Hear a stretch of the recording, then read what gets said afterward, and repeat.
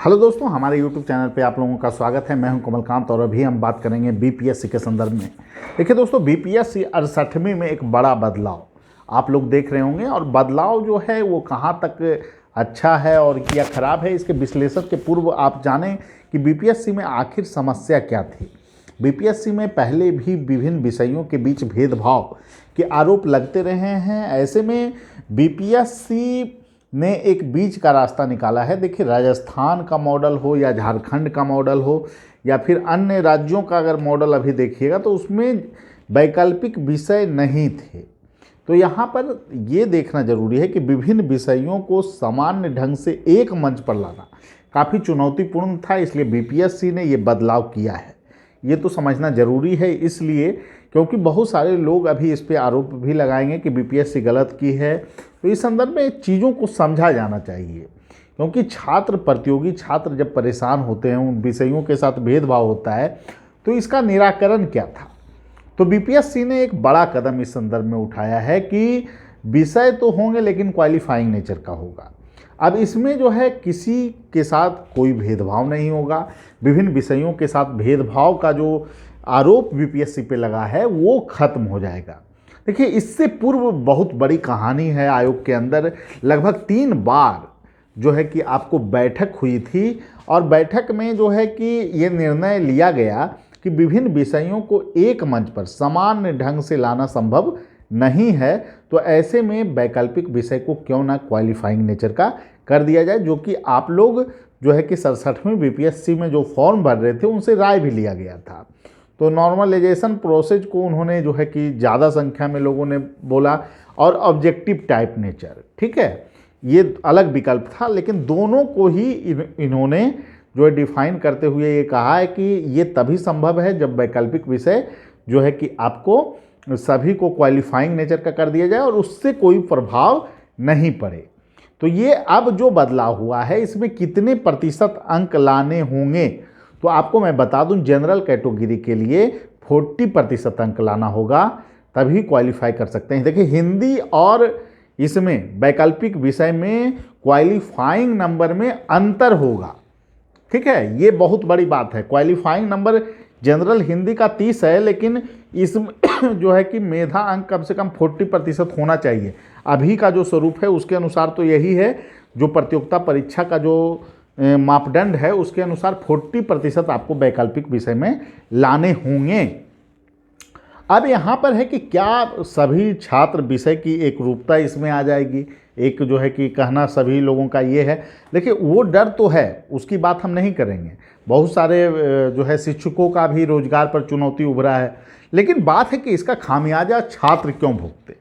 ये बदलाव जरूरी था या नहीं था, इस संदर्भ में जो है इसे देखा जाना चाहिए कि विभिन्न विषयों वालों के साथ भेदभाव कितना था और क्या वो भेदभाव खत्म हो चुका है या होगा, इस संदर्भ में इसे समझा जाना चाहिए। अब देखिए, अब जो बदलाव होंगे वो बदलाव की पृष्ठभूमि को आपको समझना होगा।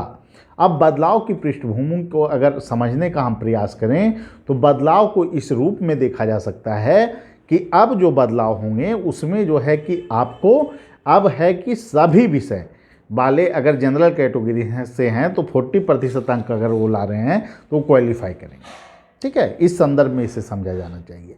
दूसरी नंबर बात, ये तो वैकल्पिक विषय का हो गया। अब जीएस में तो कोई बदलाव है ही नहीं, जीएस फर्स्ट सेकंड उसी रूप में है और आपको 30 अंक लाने होंगे, हिंदी क्वालिफाइंग नेचर बना हुआ रहेगा। अब है निबंध। निबंध जो है आपको 300 अंक के रहेंगे। तो निबंध कितना पूछा जाएगा इस पर अभी स्थिति स्पष्ट नहीं है। हालांकि यूपीएससी में 2 निबंध आते हैं, हो सकता है कि 3 निबंध ही पूछ लिया जाए और विभिन्न जो है कि पक्षों से, जैसे कि पर्यावरणीय पक्ष हो गए या फिर आपको सामाजिक पक्ष हो गए, आर्थिक पक्ष हो गए, उसी में से आपको ऐसे जो है कि लिखने के लिए रहेगा। देखिए, ऐसे का जो रूपरेखा है इसके संदर्भ में जो है कि अभी हम लोग बात करेंगे, आगे बात करेंगे कैसे आप आइडियल जो है ऐसे लिख सकते हैं। लेकिन ऐसे की प्रासंगिकता बढ़ गई है, आपको करेंट के मुद्दे उसमें जो है कि आपको ज़्यादा जो अपडेट स्टूडेंट होगा, जो करेंट के मुद्दे से आपको आर्टिकल वगैरह आपको पढ़ने पड़ेंगे। द हिंदू आपको आर्टिकल पढ़ रहे हैं तो और अच्छी बात है। इंग्लिश मीडियम के छात्र, चाहे हिंदी मीडियम के छात्र भी जो हैं अब जो है उनको पहला काम न्यूज़पेपर में आर्टिकल वगैरह को आप लोग पढ़िए, और राज्यसभा चैनल या फिर जो है कि बीबीसी चैनल, ये सभी देखा कीजिए। भाषा शैली का भी महत्व बढ़ा है। ऐसे में जो पेशेवर छात्र हैं उनको ज़्यादा लाभ होने वाला है, और जो तार्किक क्षमता जिनके पास ज़्यादा रहेगी उनका ही सिलेक्शन बीपीएससी में संभव हो पाएगा। तो इस संदर्भ में अगर देखें तो बीपीएससी में जो भेदभाव, विभिन्न विषयों के साथ भेदभाव का जो आरोप लगता रहा था, वो भेदभाव के आरोप खत्म होंगे। और निश्चित रूप से मैं तो सराहना ही करूंगा कि यह स्टेप जो है बहुत अच्छे ढंग से लिया गया है। बहुत हद तक इसे तार्किक भी माना जाना चाहिए। हालांकि ये डिबेट का मुद्दा हो सकता है कि ये कहाँ तक जो है कि बच्चे को आप जज कर पाइएगा, लेकिन मेरा जो व्यक्तिगत मत है वो यही है कि इसमें तार्किकता को भी अच्छे ढंग से मापा जा सकता है। निबंध में जो है कि बच्चे के दार्शनिक पक्षों को या बच्चे के जो ऑब्जर्व करने की क्षमता है, प्रशासनिक गुण है, उसको बेहतर ढंग से आंकलित किया जा सकता है। मेरा ये पर्सनल व्यू है। बशर्ते कि विभिन्न विषयों के जानकारी के एक अप्रोच हो सकता था वो, लेकिन यहाँ पर मैथ में, कभी फिजिक्स में, कभी ज्योग्राफी में जो बूम फैक्टर हो रहा था उसको जो है कि वहाँ पर ख़त्म करने के लिए बीपीएससी ने यह सराहनीय कदम उठाया है, जिसकी प्रशंसा की जानी चाहिए। और निश्चित रूप से मैं यही कहूँगा, ये निर्णय जो है आयोग का वो छात्रों के पक्ष में है, और इसके लिए मैं बीपीएससी को धन्यवाद भी बोलूँगा कि ये निश्चित रूप से बीपीएससी में ये कदम पहले से ही उठाने चाहिए थे, और ये बिल्कुल व्यवहारिक कदम है जिससे कि छात्रों को, तमाम लाखों छात्र जो हैं वो लाभान्वित होंगे। और बीपीएससी 68वीं में जो है कि फॉर्म भरने का डेट बढ़ाया भी गया है, तो आप सभी लोग फॉर्म भरें। और निश्चित रूप से जो अफवाह फैलाया जा रहा है कि बीपीएससी ये की वो की, तो वो चीज़ें अब नहीं है। यहाँ से जो है बीपीएससी एक सही दिशा में आगे बढ़ी है। और निश्चित रूप से मेरा ये व्यक्तिगत मत हो सकता है, बहुत सारे लोग इसका विरोध भी कर सकते हैं, मैं इस पे नहीं जाऊंगा, लेकिन मेरा व्यक्तिगत जो मत है कि इस ढंग से जो बदलाव किया गया वह व्यवहारिक है। क्योंकि ये आरोप 48वीं से 52वीं से लेकर अभी तक जो आरोप लगाते रहे हैं विभिन्न विषयों के साथ भेदभाव का, आप देख सकते हैं 53 से 55 में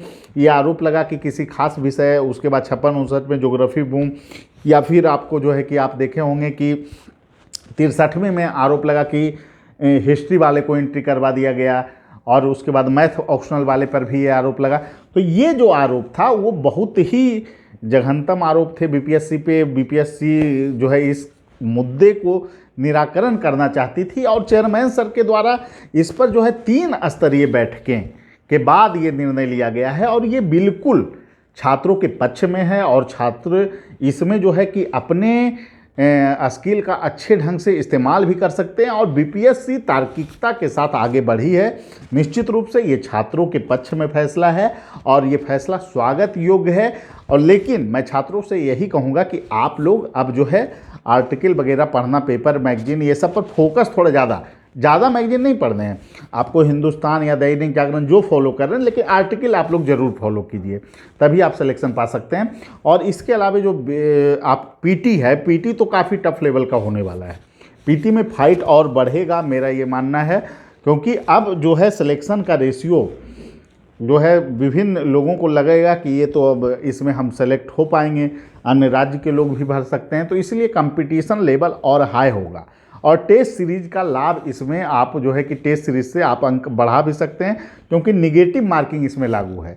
तो जो भी लोग टेस्ट देना चाहते हैं, हम लोगों के यहाँ भी टेस्ट सीरीज उपलब्ध है, और हम लोगों के ऐप रैंकर्स व्यू ऐप पे अगर आप जाइएगा, डाउनलोड कीजिएगा, तो उसे परचेज भी कर सकते हैं। हम लोगों के फ़ोन नंबर पे कॉल भी कर सकते हैं। अगर आपको टेस्ट सीरीज लगाना है तो निश्चित रूप से ये जो फैसला है ये काफ़ी निर्णायक फैसला है, और ये छात्रों के पक्ष में फैसला है, जिसका हम सभी लोग स्वागत करते हैं। ठीक है, सभी लोगों को धन्यवाद। फिर अगले वीडियो में मिलेंगे। Thank you.